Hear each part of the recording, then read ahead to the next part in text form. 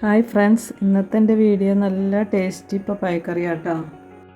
പരിപ്പോ പയറൊന്നും ഇടാതെ വളരെ എളുപ്പത്തിൽ നമുക്ക് 5 മിനിറ്റ് കൊണ്ട് ഈ പപ്പായ കറി നമുക്ക് തയ്യാറാക്കാം കേട്ടോ. നല്ല ടേസ്റ്റി പപ്പായ കറിയാണ്. ഞാനെടുത്ത പപ്പായ കുറച്ച് ചനച്ചിട്ടുണ്ട് കേട്ടോ. പച്ചയാന്ന് വിചാരിച്ചിട്ട് എടുത്തത്, പക്ഷേ അത് ചനച്ചിട്ടുണ്ട്. എന്നാലും കറിക്കൊക്കെ നമുക്ക് ഉപയോഗിക്കാൻ പറ്റും. അത്ര നന്നായി പഴുത്തിട്ടൊന്നുമില്ല. പപ്പായയുടെ തോലൊക്കെ കളഞ്ഞ് വൃത്തിയാക്കി വെച്ചിട്ടുണ്ട് കേട്ടോ.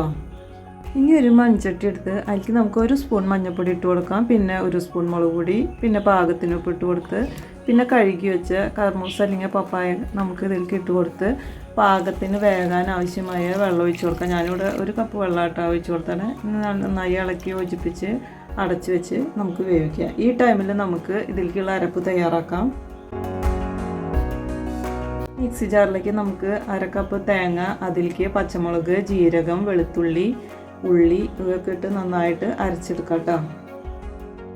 അപ്പോൾ നമ്മുടെ പപ്പായൊക്കെ വെന്ത് വന്നിട്ടുണ്ട്. ഇനി നമുക്ക് ഇതിലേക്ക് അരപ്പൊഴിച്ച് കൊടുക്കാം. അരപ്പൊഴിച്ച് നമുക്ക് നന്നായിട്ടൊന്ന് ഇളക്കി കൊടുക്കാം കേട്ടോ. ഈ ടൈമിൽ പാകത്തിന് ഉപ്പുണ്ടോ എന്നൊക്കെ ചെക്ക് ചെയ്തിട്ട് അതിലേക്ക് ആവശ്യമുണ്ടെങ്കിൽ ഇട്ട് കൊടുക്കാം.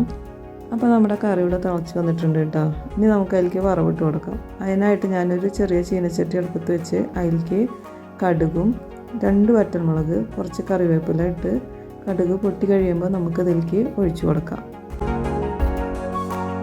വളരെ ടേസ്റ്റിയും എളുപ്പത്തിൽ ഉണ്ടാക്കാൻ പറ്റാവുന്നതായ നമ്മുടെ ഈ പപ്പായ കറി ഇവിടെ റെഡി ആയിട്ടുണ്ട് കേട്ടോ. അപ്പോൾ ഫ്രണ്ട്സ്, എല്ലാവരും എൻ്റെ ഈ റെസിപ്പി ഒന്ന് ട്രൈ ചെയ്ത് നോക്കണേ.